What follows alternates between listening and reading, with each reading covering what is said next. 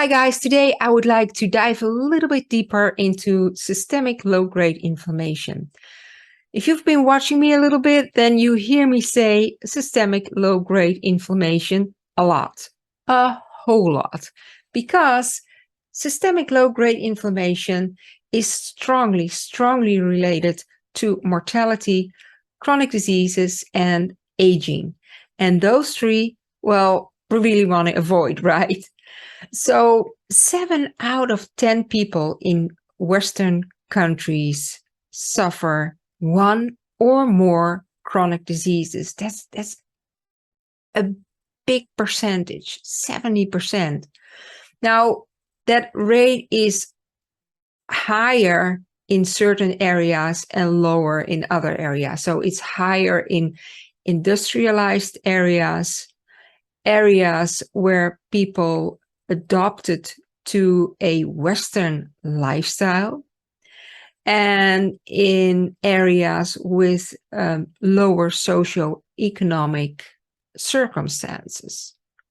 So in some areas it's higher and others it's lower, but on average it's 7 out of 10 people, which is a lot. Now, 80% of the annual deaths are strongly related to systemic low-grade inflammation because they are because of chronic diseases. And I've been talking about systemic low-grade inflammation as the linchpin between the risk factors that you probably know, like diet, lack of exercise, stress, you name it. And the occurrence of chronic diseases like heart diseases, different types of cancer, autoimmune diseases, neurodegenerative diseases, but also migraines, lower back pain, irritable bowel syndrome, arthritis, eczema, you name it. So low-grade inflammation is at the heart between the risk factors and the incidence of those chronic diseases. But way more important is that we can see systemic low-grade inflammation as the key that opens the door for us to reverse chronic disease and recreate our health. Because that is what most matter to us, right? If we have a key opening the door to reduce or reverse aging, to reduce or reverse chronic disease, or we have a situation of to die or not to die, I think it's very important that we know a lot more about this low-grade inflammation. So, if you're up to it, here we go. So what is inflammation? Basically, inflammation has two flavors: acute inflammation and this long-term, persistent, chronic, low-grade inflammation. Those two types of inflammation, they show a lot of similarities, but there are also a couple of very distinct differences. Now, probably you have a lot of experience with the acute inflammation when you ever had the flu or COVID. Then those specific symptoms that you experience that you probably assign to the flu, well, you can assign them to inflammation. These are typical symptoms of inflammation, like this overall sickness feeling, you cannot think straight, you have probably some headache or muscle aches, you want to only sit or stay in bed, you are feeling very tired, there's a lot of fatigue, you want to be left alone, there's social withdrawal, maybe you feel some sadness, you don't want to eat, There's no appetite. There's also no appetite for hobbies or whatever. There's no interest in sex. So that is a specific set of symptoms that we see with acute inflammation, but actually we see them with low-grade chronic inflammation as well. The only thing is that with acute inflammation, there are quite high levels of inflammation, and with low-grade inflammation, as the name tells, these are low levels of inflammation. So those symptoms that are peaking in a way that we actually cannot do anything else when we have a good flu, here with chronic low-grade inflammation, these symptoms are flattened out. So we do not really feel well. Our digestive system is off. Maybe we have some bloating or problems with digestion. We have some brain fog. We cannot think clearly. Fatigue, one of the very first symptoms. And they're just flattened out over time. Especially because also in acute inflammation, and there's a big difference between the two, there's resolution. So this inflammation is solved within a couple of days or a week or maybe 2 weeks, but then it's solved. There's a beginning and an end. With chronic inflammation, there's no ending. There's a beginning, but there's no ending. It goes on and on and on. Now, it doesn't go on and on and on continually.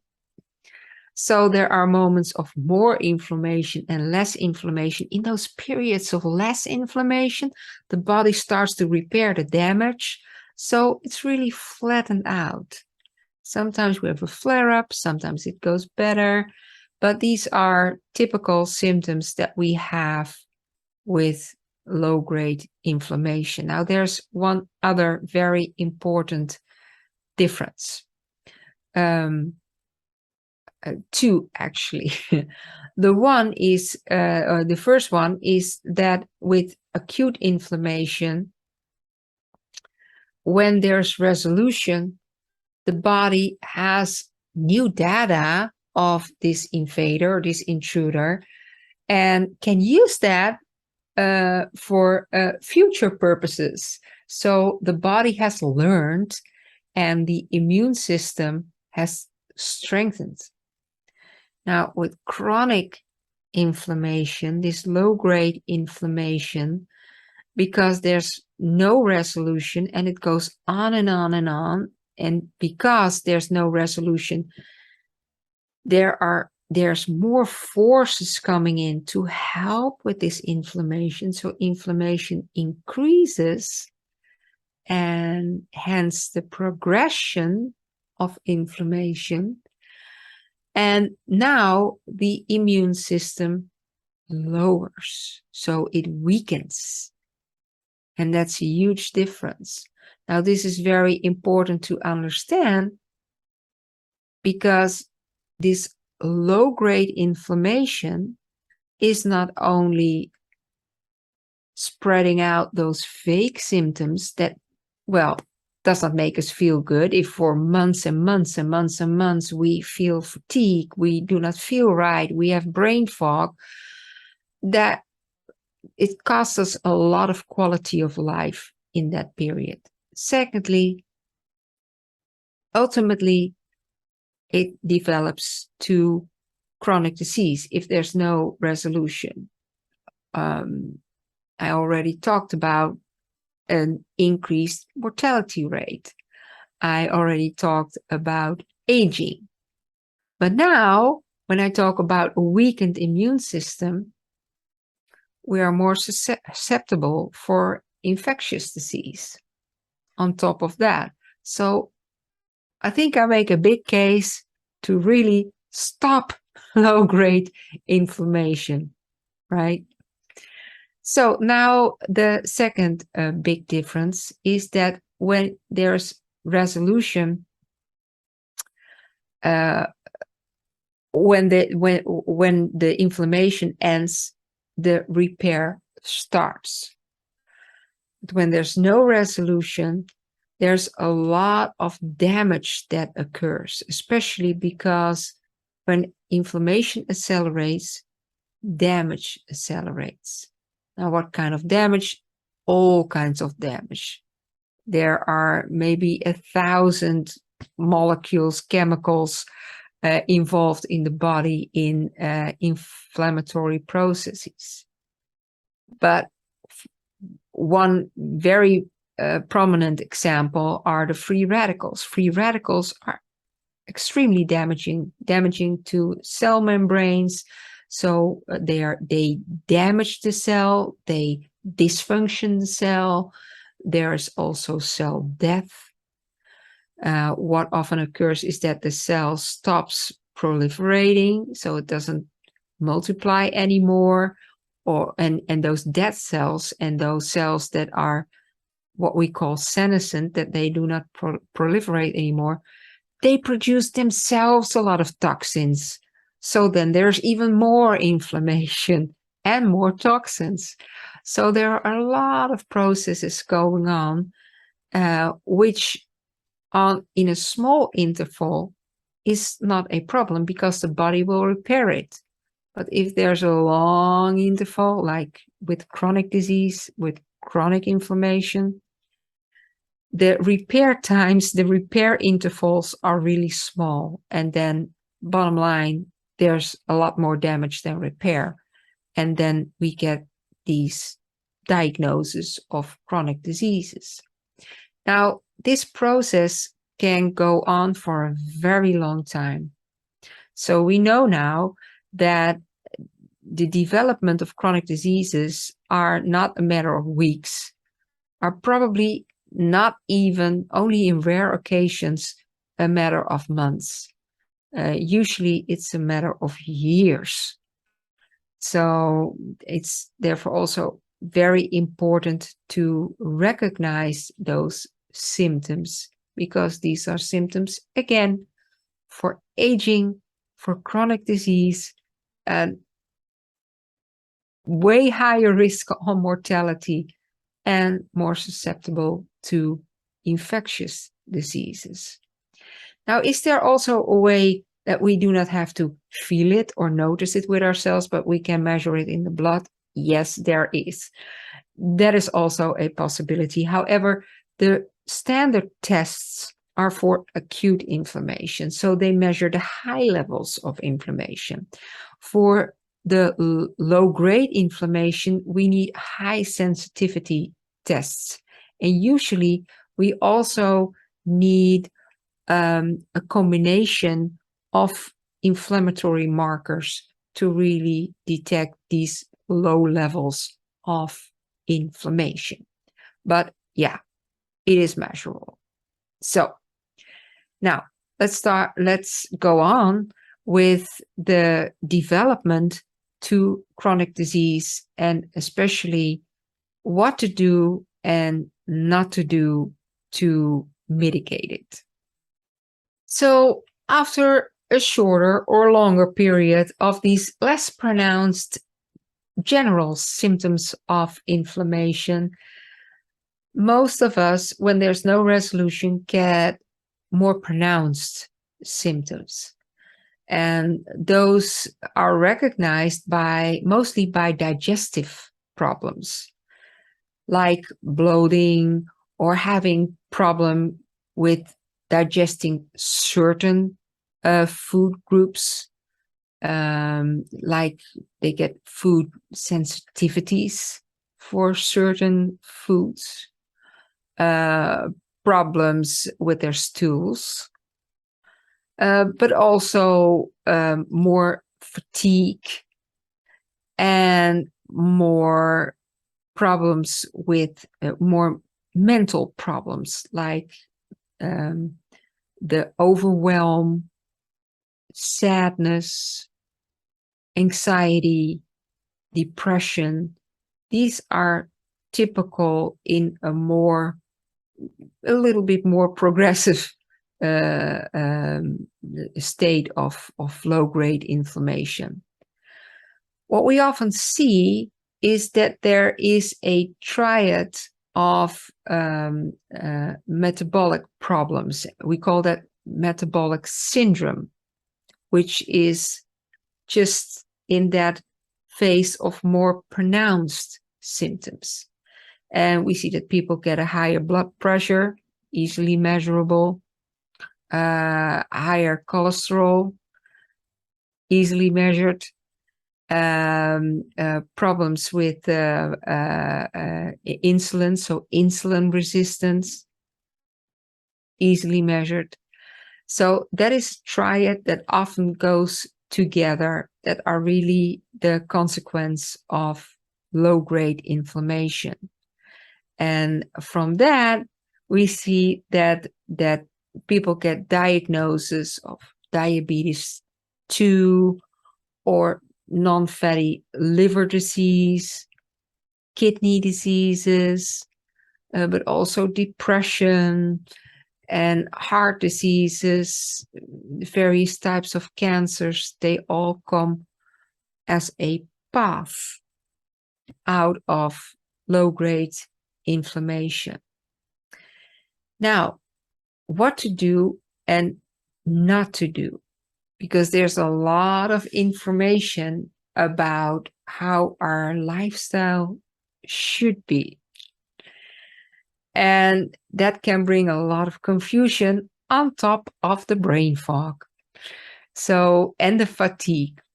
So there's one rule of thumb when we think of inflammation. Everything we do during the day brings us a choice to get up or sit, a choice to sit straight or bend over, a choice to drink a black coffee or a sugary latte, a choice for a candy bar or an apple, a choice to go to bed at 10 p.m. or go to bed at midnight. So there are so many choices that we make for ourselves, and most of them we do subconsciously, of course. They are habits, luckily. Otherwise, we would be even more tired at the end of the day. But now it is really important to shift from those subconscious decisions to conscious decisions, right? There's a lot at stake. If we recognize that we have this systemic low-grade inflammation,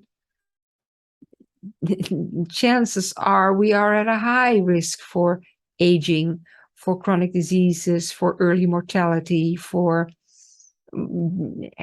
infectious diseases. So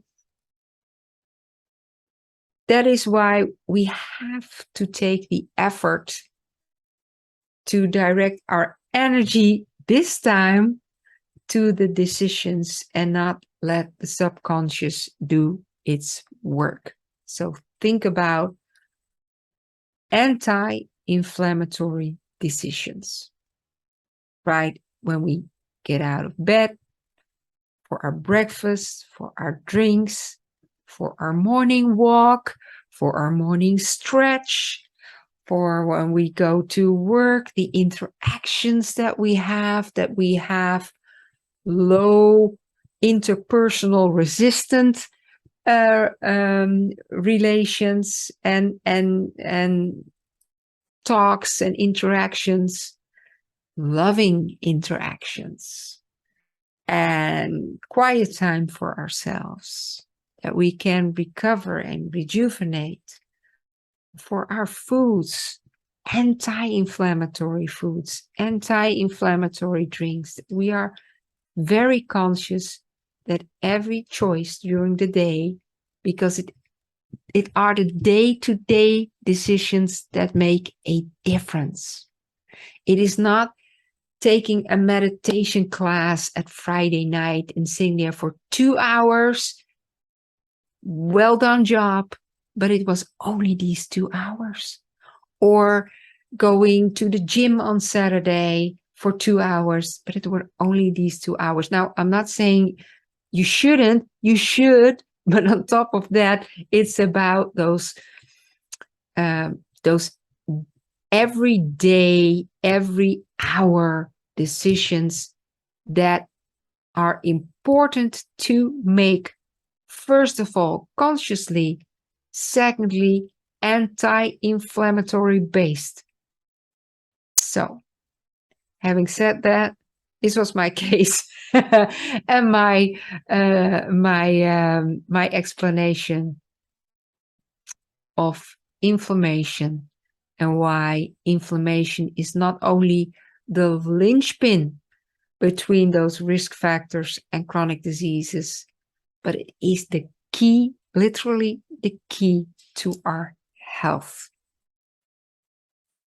So if this was valuable to you, like, subscribe, and check down below. Maybe we have an upcoming webinar for you may like.